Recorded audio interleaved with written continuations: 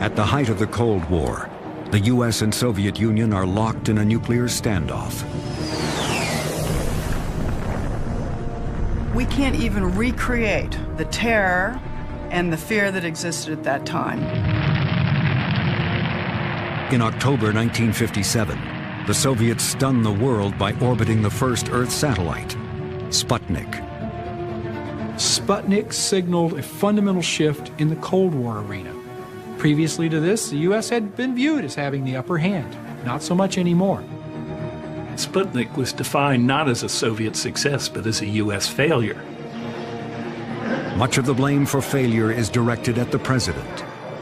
President, Russia has launched an Earth satellite. They also claim to have had a successful firing of the intercontinental ballistics missile, none of which this country's done.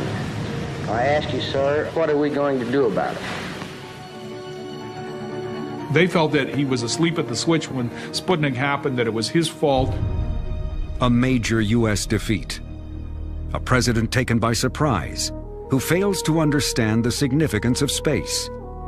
This has long been the popular understanding of Sputnik. But 50 years later, thanks to new evidence, a completely different story is emerging. The Soviets have done us a good turn. How the U.S. had the technical know-how to be first, but chose not to use it. Von Braun had the strict order not to build a satellite. I actually had the satellite in the trunk of my car. Why America was late getting into the space race. We could have beat Sputnik by a year. And what secrets a president never revealed. All these he took to the grave. The real beginning of the space age. Sputnik declassified. Up next on Nova.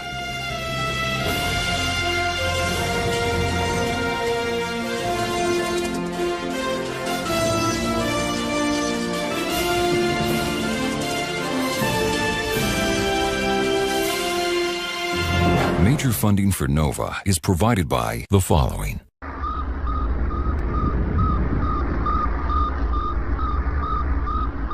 Sputnik, the world's first satellite, was simplicity itself. An aluminum sphere 23 inches across, polished to reflect sunlight. Inside, a battery pack and basic radio, sending out a repeating pulse.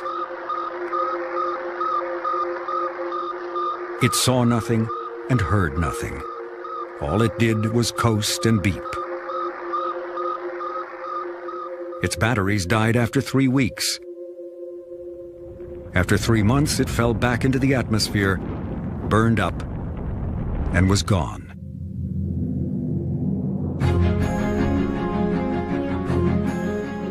Yet Sputnik sent a shockwave through America and the world, not because of what it did, but because of what it meant. What the Sputnik signal means, we still don't know. The Russians haven't said anything about that. Our own experts haven't found any coded information in it. The event itself, the sudden Russian advance to the far frontier ahead of every other country, that event is full of meanings, clearest of all the scientists whose work is the exploration of space. I'm convinced that the Russian concept is very clear.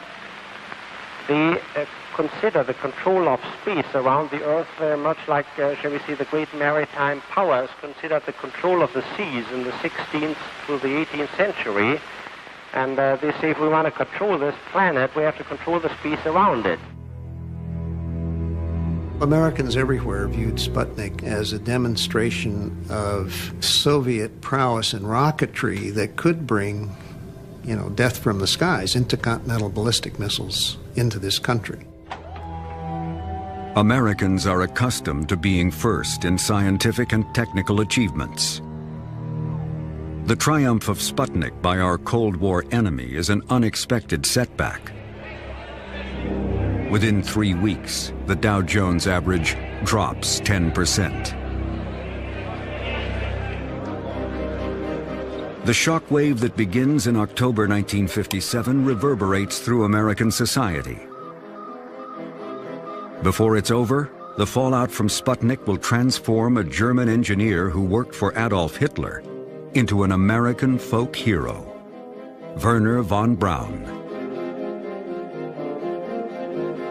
None of which this country's done. The Sputnik fallout will also undermine perceptions of a respected general and popular president, Dwight Eisenhower. The man who is president when Sputnik is launched has spent his entire adult life in the military. The peak of Eisenhower's career is leading the victory over Nazi Germany in World War II. Of the United States. So help you God. So help me God. We stand ready to engage with any and all others. Now, as president, facing the Soviet Union in the Cold War, Eisenhower's greatest fear is a surprise attack on the American homeland, a nightmare burned into his soul by his generation's 9/11, Pearl Harbor. This was a deep memory of being caught by surprise, being caught unprepared, and you then put that in the context of the early 1950s when Eisenhower came into office, and seemed like there was a real danger that the United States could be confronted with a nuclear Pearl Harbor. He didn't believe that you could survive a nuclear war. I think that the general feeling was that there wouldn't be a chance of getting out of it. What Eisenhower most wants is information about the enemy's forces. Early in 1954, he authorizes illegal military overflights to photograph the Soviet Union. This was a major presidential decision. These peacetime overflights of the Soviet Union were very risky. First of all, because these aircraft could not operate at altitudes above Soviet air defenses. March 1954. American fighters photograph Soviet air bases near Vladivostok. In April, American planes again enter Soviet airspace. But in May, Eisenhower's strategy backfires. An American bomber flies into Russia and is attacked by Soviet fighters.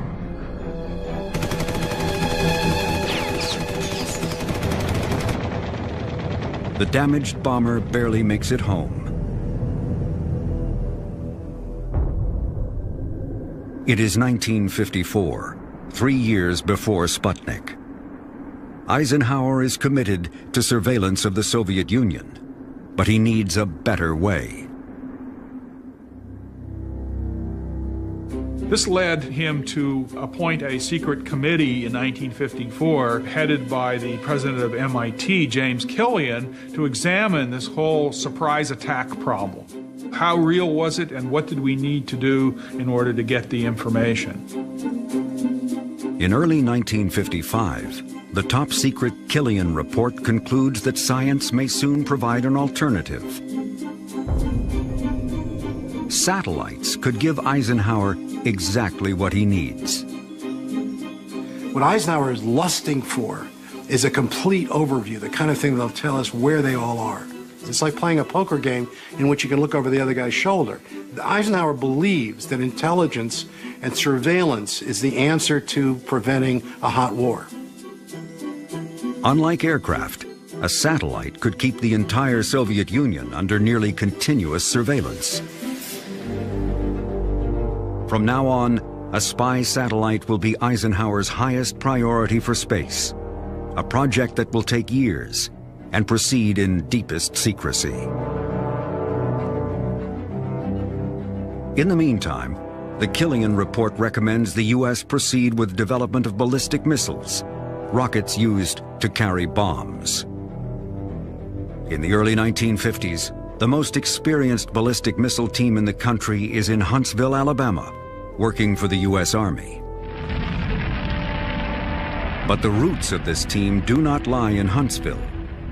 The engineers developing missiles for the Army are primarily German, and many of them have been working on rockets since childhood. When I was about 14 or 15 years old, I built my first rockets myself. It was very primitive. It was an assembly of some old water pipes, which I screwed together and filled with self-mixed powder. And they got off the ground all right, maybe 15 feet or 20 feet, and then fell down again. I was still in high school, and we started, I would say it was in the very late 1920s, to build our own rockets and to try to fly them. And I said to try to fly them because most of them, of course, didn't work. One of these German rocket boys has even bigger dreams, Werner von Braun.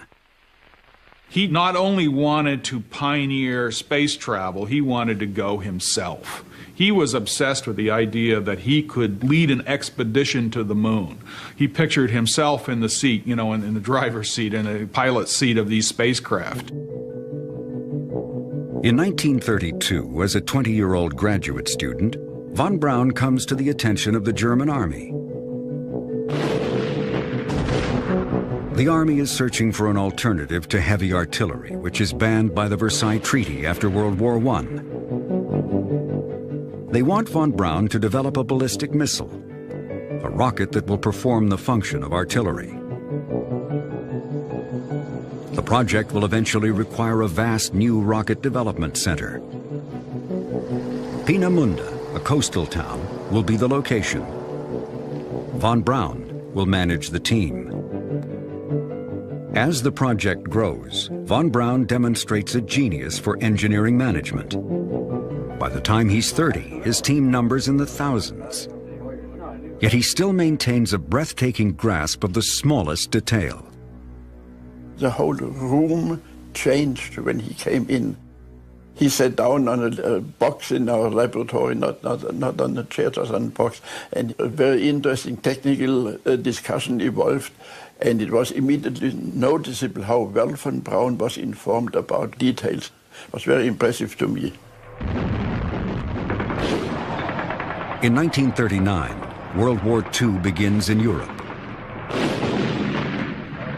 The German army is anxious to have von Braun's rocket available. But a working guided missile is still years away. The Peenemünde team faces enormous challenges in engines, guidance, and aerodynamics. The engine is basically a controlled explosion with an opening at one end. The engineers have to find a way to keep it burning for over a minute without melting itself. We had initially a lot of heat transfer problems, so the wall of our rocket engines burned through.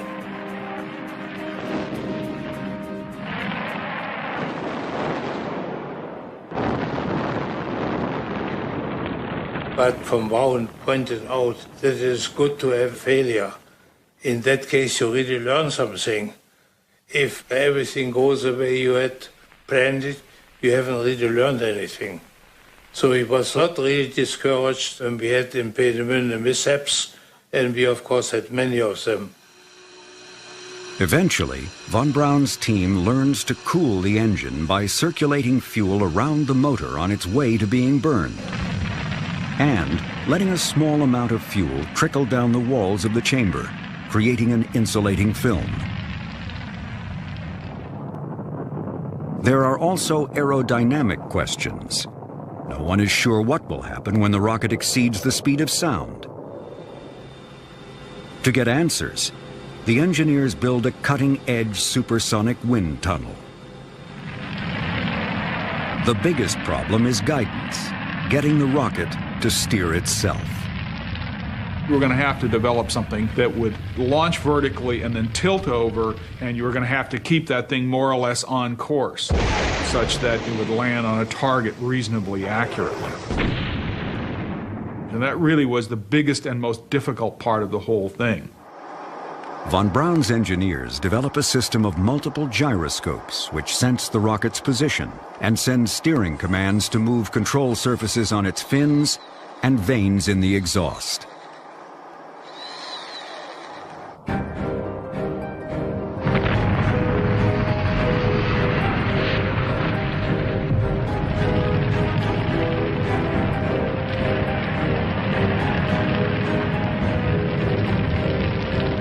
By 1944, Wernher von Braun's team has conquered every technical obstacle, creating the first reliable, practical rocket, named the A4, a vehicle that reaches the very edge of space. And even now, 13 years before Sputnik, von Braun is already thinking about a satellite. One day, one of us young ones said, "Dr. von Braun, do you really think that one of these days we can build a little artificial moon that will orbit around the Earth like the moon does?"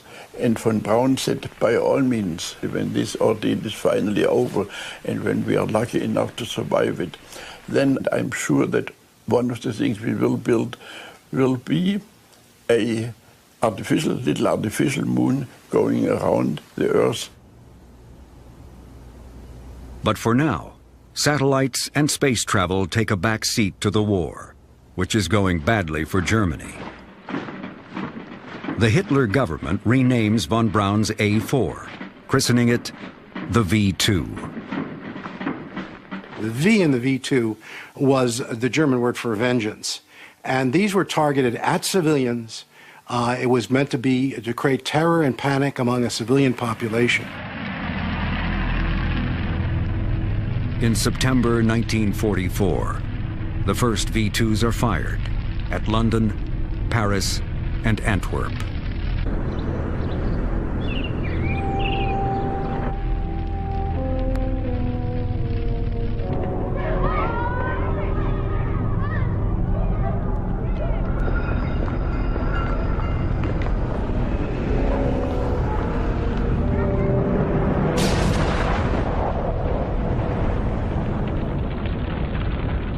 Wernher von Braun has made the ballistic missile a reality.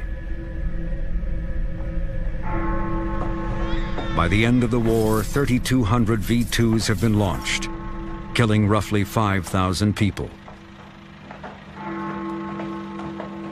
But the true toll of the V2 is far higher. To mass produce the rockets, the German SS used workers taken from concentration camps.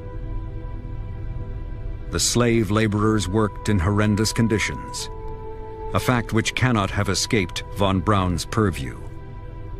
Dozens of people were dying every day from starvation, from disease, from beatings and executions, and von Braun was in that plant several times. So he was confronted very directly with the horrifying and murderous conditions of the concentration camp workers.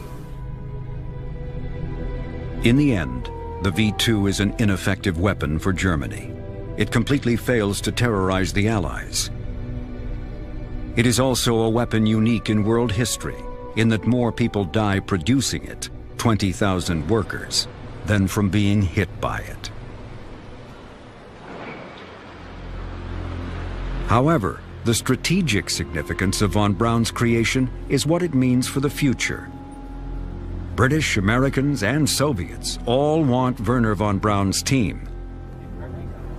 6 days before the war ends, von Braun, his arm broken in a car accident, surrenders to the Americans.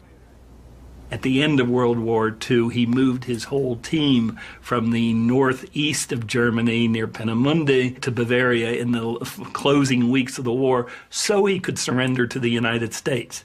He told the officer that interrogated him after his surrender, "The U.S. will let me go to Mars." He knew very well that he did not want to operate under Soviet control and chose to associate himself with the United States. Von Braun and roughly 100 German engineers are put to work on rockets for the U.S. Army. First in Texas, then in 1950 in Huntsville, Alabama.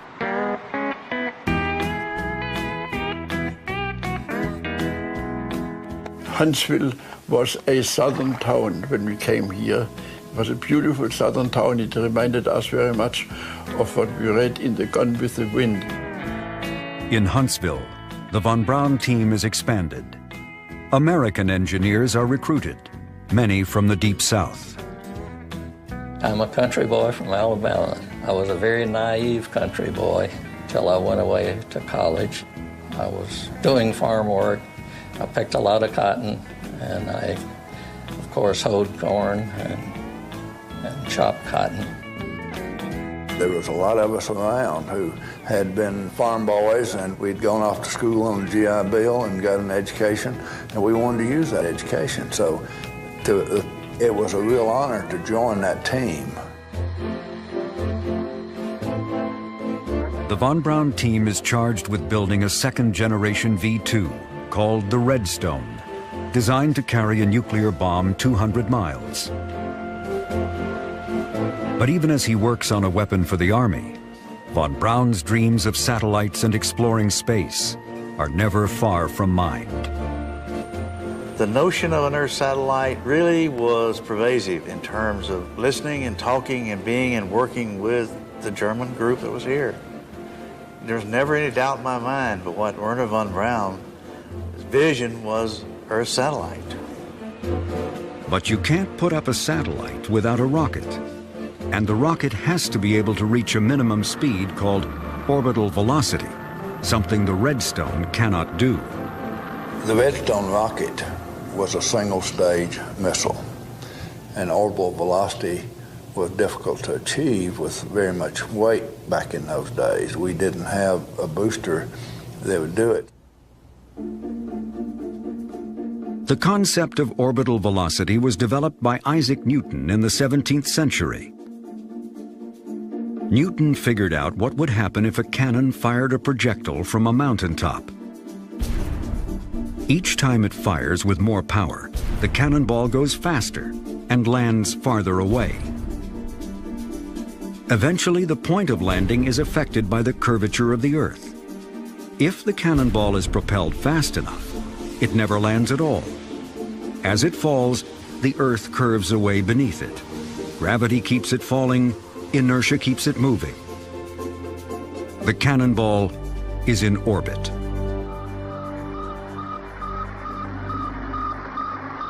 The necessary speed to achieve orbit, orbital velocity, is roughly 17,000 miles an hour. The top speed of the Redstone is only 4,000 miles an hour, not nearly fast enough to reach orbit. But Werner von Braun has an idea. In 1952, the von Braun and I met in a corridor, and in passing, von Braun said to me, "Ernst, with the Redstone we could do it." I said, "Do what?" And he said, "Launch a satellite, of course. Can't you see?" And of course I could see immediately. And then von Braun, in the corridor, with his fingers over no paper and no pencil, he drew into this air his plan. Von Braun's plan is to add stages, additional rockets, stacked on top of the Redstone. They're a way to get more velocity.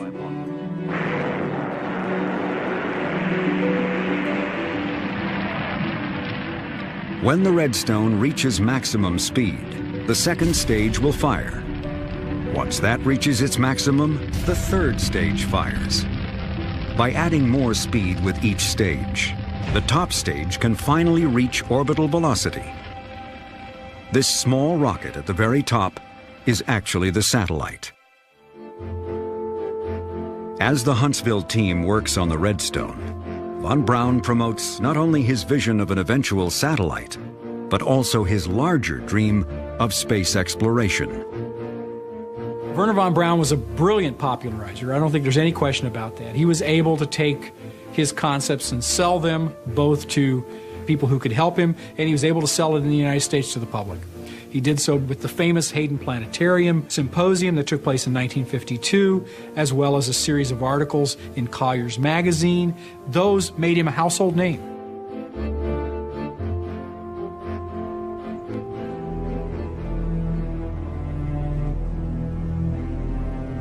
Werner von Braun is not the only one with a vision for space. Unknown to von Braun, in deepest secrecy, President Dwight Eisenhower and his national security advisors are also studying satellites, not for exploration, but for spying on the Soviet Union. By early 1955, Eisenhower is set on creating a reconnaissance satellite. But the Killian report has pointed out a problem. The legal status of space has not been defined. National boundaries extend into the atmosphere, but how far up does territorial airspace go? The answer will be critical to Eisenhower's spy satellite plan. The question was, would the Soviet Union accept an overflight by an American satellite over its territory? Would that be a provocation to war? We needed to prove that airspace stopped at the top of the atmosphere, that space was in fact a different environment in which there were no limits, which many international lawyers had already been arguing. What Eisenhower will do is orbit a small satellite now to set the legal precedent of freedom of space. You not only have to make the argument from a theoretical perspective, but you have to establish it with some practical application. And launching a satellite into Earth orbit where it would overfly all the various nations associated with its flight path, and they're not protesting that, would mean that it would help to establish a precedent.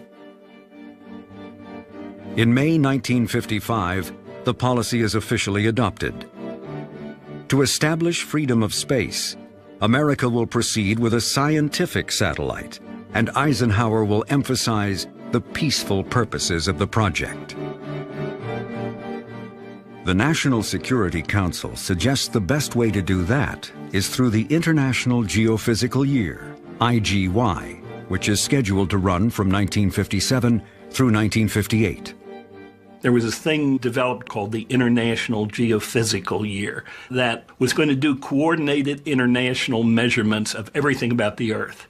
And in both the United States and the Soviet Union, the scientific community said, hey, wouldn't a satellite to do Earth measurements be a good thing to be part of the IGY?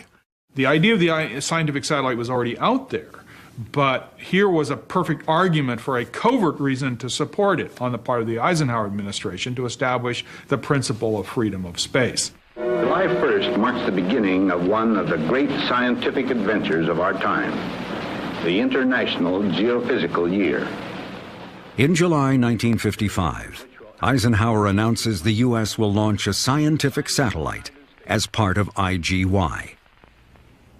Within days, the Soviet Union announces it too will launch a scientific satellite during IGY. It is the summer of 1955, 2 years before Sputnik. The Soviets and Americans have both announced plans for IGY scientific satellites. President Eisenhower's secret agenda for space is underway.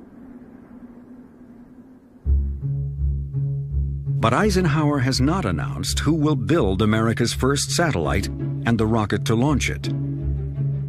One proposal is submitted by Wernher von Braun's Huntsville team in partnership with the Jet Propulsion Lab in California. JPL has pioneered solid-fuel rocket technology that will provide the added stages necessary for the Redstone to reach orbital velocity. JPL will also build the satellite, as well as a tracking system to pinpoint the satellite's position in space. Together with Huntsville, it's a winning combination. The competition is a plan created by a think tank affiliated with the U.S. Navy, the Naval Research Lab. It's basically a civilian arm of the Navy. It's a laboratory run by the Navy, paid for by the Navy, but it is basically civilian scientists who run it. The Navy's proposal, called Vanguard, will also use a multi-stage rocket. But whereas the von Braun JPL plan uses mostly existing components, the top stage of the Vanguard rocket will be brand new, built from scratch. In those days, failures were fairly common with missile systems. So we didn't really think that they would get there right out of the chute. On the other hand, we had a tried and true Redstone booster. In early August 1955, the selection committee picks Vanguard. At the Naval Laboratory in Washington, D.C., Dr. John Hagen reveals progress on the man-made satellite of Project Vanguard. Here's a model of the three-stage... The von Braun team is stunned. Oh, there was surprise, and there was anger.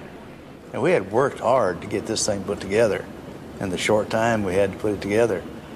And then to lose to what we felt at the time was more a political decision, less than a merit decision.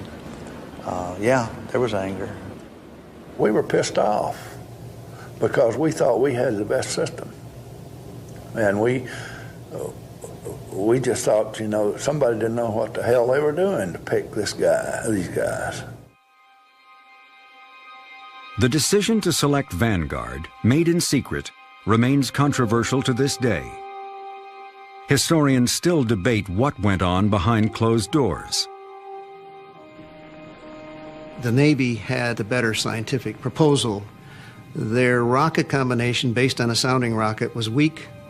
The Army had a far better booster to offer, but the Vanguard scientific payload was by far superior. Ironically, the fact that Vanguard would use a new, unproven rocket may have worked in its favor, because it was a scientific research rocket, not a military weapons carrier, a missile. Eisenhower's first priority was to create a precedent that you could fly satellites over another country's territory, and so we adopted a policy of not having a launch vehicle that was also a weapons carrier. Others suspect different factors may have been at work. There may have been some other reasons that were not stated in quite the same way. There was resentment inside the Department of Defense and in other settings in the U.S. government against Wernher von Braun and the German rocket team that had come to the United States after World War II. Some people said President Eisenhower did not want the German team to be the main ingredients of the launch of the first satellite. And I have not seen any written documents on that, but people have mentioned it. Von Braun's point of view on all of this was that this was an enormous mistake because Vanguard was much more difficult to develop. It required more work, more money, and more time. As far as he was concerned, objective number one was just to beat the Soviets into orbit. For the next 2 years, Wernher von Braun and the Huntsville team, working with JPL in California, continued developing their own rocket and satellite project in secret. When the White House chose Vanguard and a Navy program instead, he didn't accept that decision. He kept pushing and pushing through his Army bosses for reconsideration. He stayed in touch with James Van Allen, and the Jet Propulsion Lab, saying, kind of, just in case the Navy fails, let's have a satellite ready, more or less under the table. Von Braun had the strict order from Washington not to build a satellite. We were allowed to think about satellites and to make some paper drawings and paper studies, but not more than that. So what we had to do and what I had to do was to work at home in my garage and put something together, and because we were not allowed to do it officially. In September 1956, von Braun and JPL plan a launch to test the ability of a missile warhead to survive high-speed re-entry. It's part of their joint work on weapons. But the test uses the same redstone with added stages that they had proposed for their satellite plan, causing some concern that perhaps von Braun may be planning to disregard orders. We heard that we were going to get an inspection, an audit, a team coming down here to see if we were preparing to do satellite work because we weren't authorized to do satellite work. Okay, so I actually had the satellite in the trunk of my car when the audit team came around. Nobody really gave me an order to do that, but it was sort of like, well, we didn't want the auditors to think we were doing satellite work. On September 20th, 1956, more than a year before Sputnik, the Redstone with extra stages, called Jupiter C, is successfully launched, carrying a dummy top stage.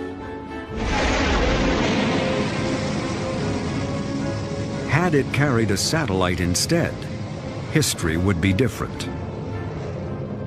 When we fired that, we knew we could put a vehicle in orbit because we had the velocity that it required. If we had been given the go-ahead, we could have beat Sputnik by a year. We had the hardware over in Redstone sitting in warehouses ready to go. We could have beat them. That's the thing that grabbed us, hurt the most, is we knew ahead of time that we could have beat them. For the next year, the von Braun team keeps a Redstone rocket stored, ready to put up a satellite, but they conceal what they're doing. Officially, it was a Redstone out of the production line with which we had to check and test the ability of the rocket to stand long time storage. So you see, that was militarily justifiable, but for us, silently, it was the launcher for the satellite. In the Soviet Union, the Russians are also working on their IGY satellite and on missiles. It is now July 1957, 3 months before Sputnik. On July 5th, CIA Director Allen Dulles warns the administration that the Soviets are probably capable of launching a satellite soon. The CIA is getting information from U-2 spy planes photographing Russia, a stopgap measure until reconnaissance satellites are ready. In August, the Soviets announced they have successfully flown the world's first intercontinental ballistic missile, a rocket capable of delivering a nuclear bomb halfway across the planet. The Russian engineer responsible for the Soviet ICBM, the father of the Soviet space program, is Sergei Korolev. He was like a general. He was like a bright general who knows what he wants, who can bring all these people together and make them doing what he wants on all levels. What Korolev wants is to orbit a satellite, and now that he's tested his ICBM, he'll get the chance. After that successful launch, and only after that, did Sergei Korolev go to Khrushchev and say, if you give me authorization, I can have in a couple of months some small satellite, and we will beat the United States into space. Korolev wanted to win this race, and he did everything for this. He wanted to be the first. It was a race not between two countries. It was a race between the United States and Korolev personally. Korolev knows the West will demand proof of the Soviet accomplishment. He plans to provide it with a simple beeping sound, able to be heard by amateur radio operators all over the world. He, from the very beginning, understood that there might be interesting international impact, and he simply installed a little transmitter and antenna to communicate with radio amateurs. And he's assumed that they will be able to pick up the signals of the Sputnik. If some of Western propaganda would cast doubt that Russians launch such an object in space, these independent amateurs would be able to confirm.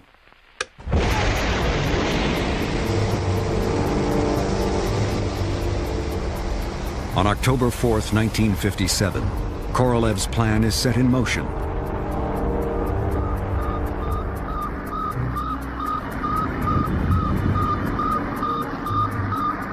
Sputnik, the world's first satellite, reaches orbit.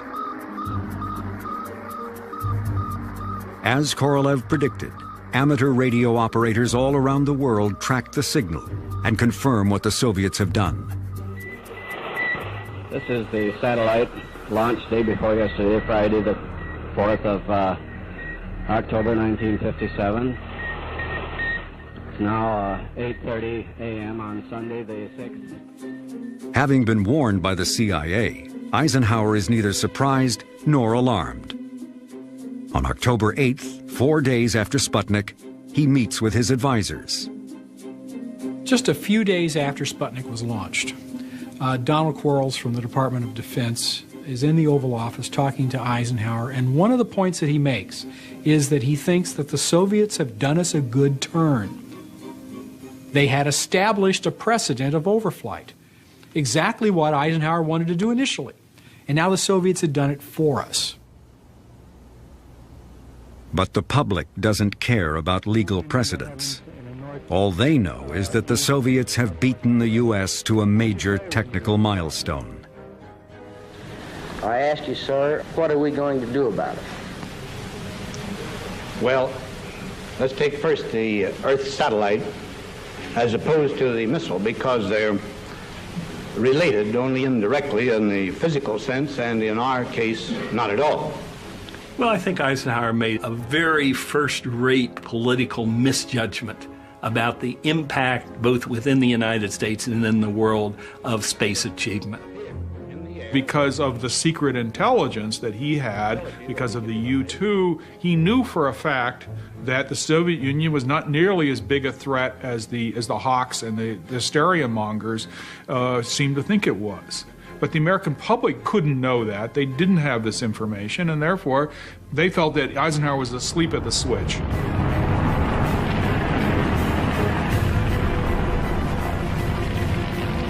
Four weeks later, a second Russian satellite, Sputnik 2, carrying a live dog. The strong public reaction forces the administration's hand. Now the von Braun JPL team gets permission to try and launch their satellite, named Explorer. Von Braun promises to get it done by the end of January. We were told, whatever component you have on the bird, it better be the best you can do. So it was a mad scramble. People were taking parts off and putting new ones on and all kinds of things like that. So there was a lot of pressure to be sure that that bird was as well as we could get it and ready for launch. At the same time, the Vanguard team is also under pressure, preparing to launch their satellite. They were working all night long. I'd leave at night and they were still working. I'd come in the morning, they were still working. I learned a valuable lesson there. If you work people long hours, they'll make mistakes. 3, 2, 1, 0, ignition.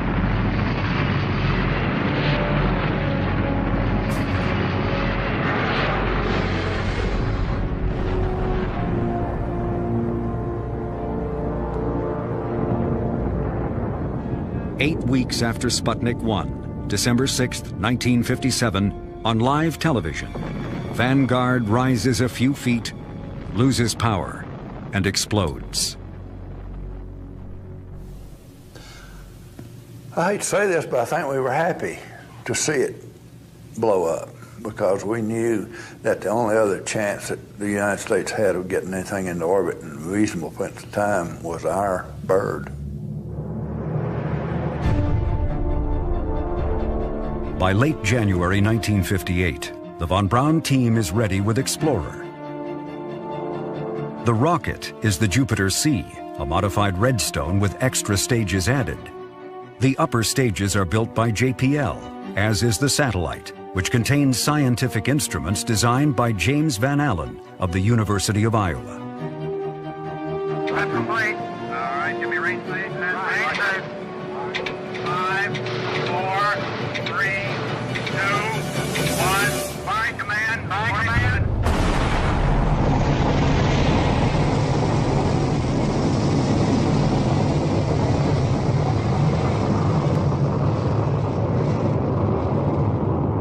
Shortly before midnight on January 31st, 1958, the Jupiter C lifts off, carrying the Explorer satellite.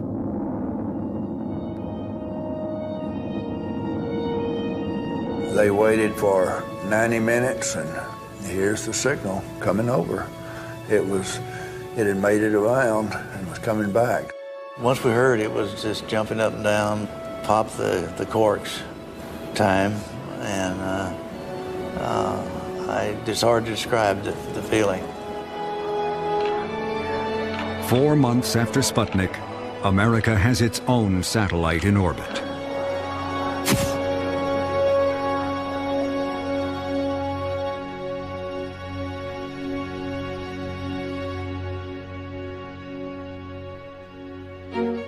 Explorer will go on to do more science than either Sputnik 1 or 2, detecting bands of radiation surrounding the Earth, the Van Allen belts, named for James Van Allen. With Explorer, the U.S. has entered what comes to be known as the space race, a competition Dwight Eisenhower didn't believe in. He wanted spy satellites for national security, but was skeptical whether moving toward a manned space program would be worth the cost. There never has been one nickel asked for accelerating the program. Never has it been considered as a race, merely an engagement. I think he just felt that it was most important to make sure that the United States embarked on a sensible, cost-effective program. He never believed in space spectaculars. He always thought it was important, to move meticulously forward. But the public and the media saw things differently. Once the Soviet Union declared that its space success was an indication of the superiority of the communist way of life, the United States had little chance but to say, well, we can do it better. Now, Eisenhower resisted that pretty strongly, but he was fighting a losing battle. In 1958, Eisenhower creates a new civilian agency to run America's space program, NASA. Federal funding for American science and education is also increased to better compete with the Russians. In March 1958, Project Vanguard tries again.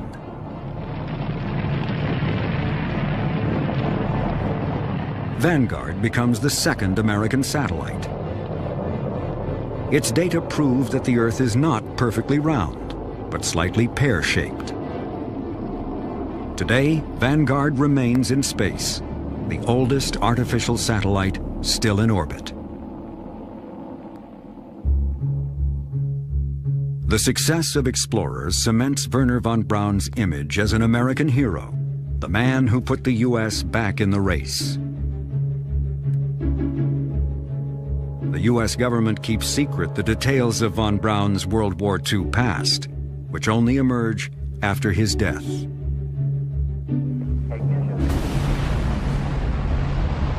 Von Braun's greatest legacy is not the V-2 or Explorer.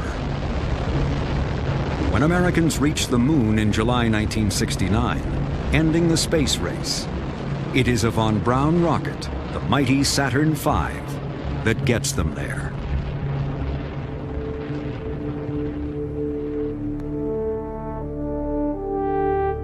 Dwight Eisenhower's space legacy remains largely unknown. Just before he leaves office in 1960, the spy satellite he wanted, codenamed Corona, finally becomes reality.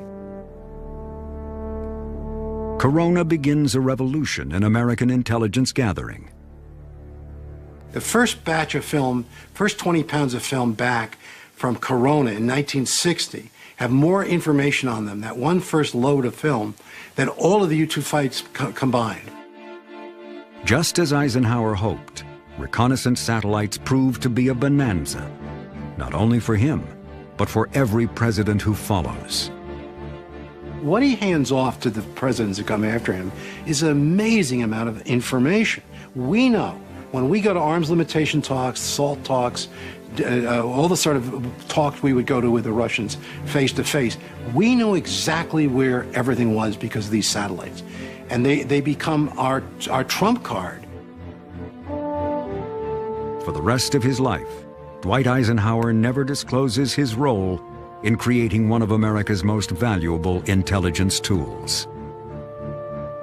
If you read Eisenhower's memoirs, the Corona satellite program and the other intelligence satellite programs he had approved, all these he took to the grave.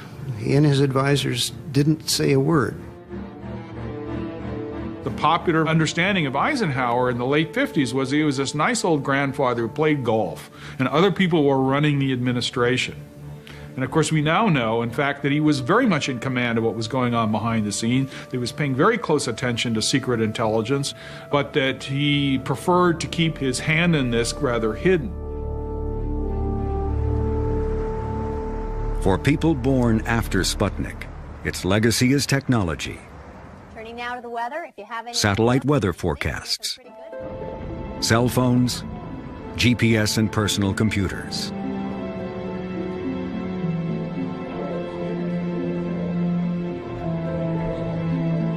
But for those who lived through the fall of 1957, Sputnik will always have a deeper, more profound meaning.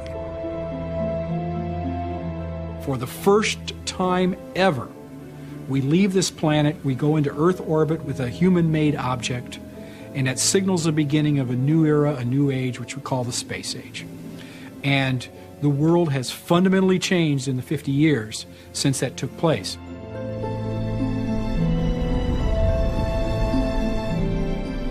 I was in college at that time, and outside my dorm one evening at sunset, and I looked at that in awe, thinking that man made this.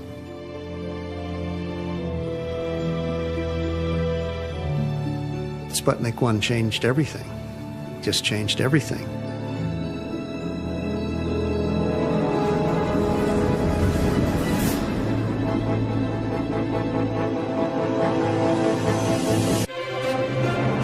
On Nova's Sputnik Declassified website, explore a timeline of the space race, assemble a virtual V2 rocket, see how scientists are using satellites today, and more. Find it on pbs.org.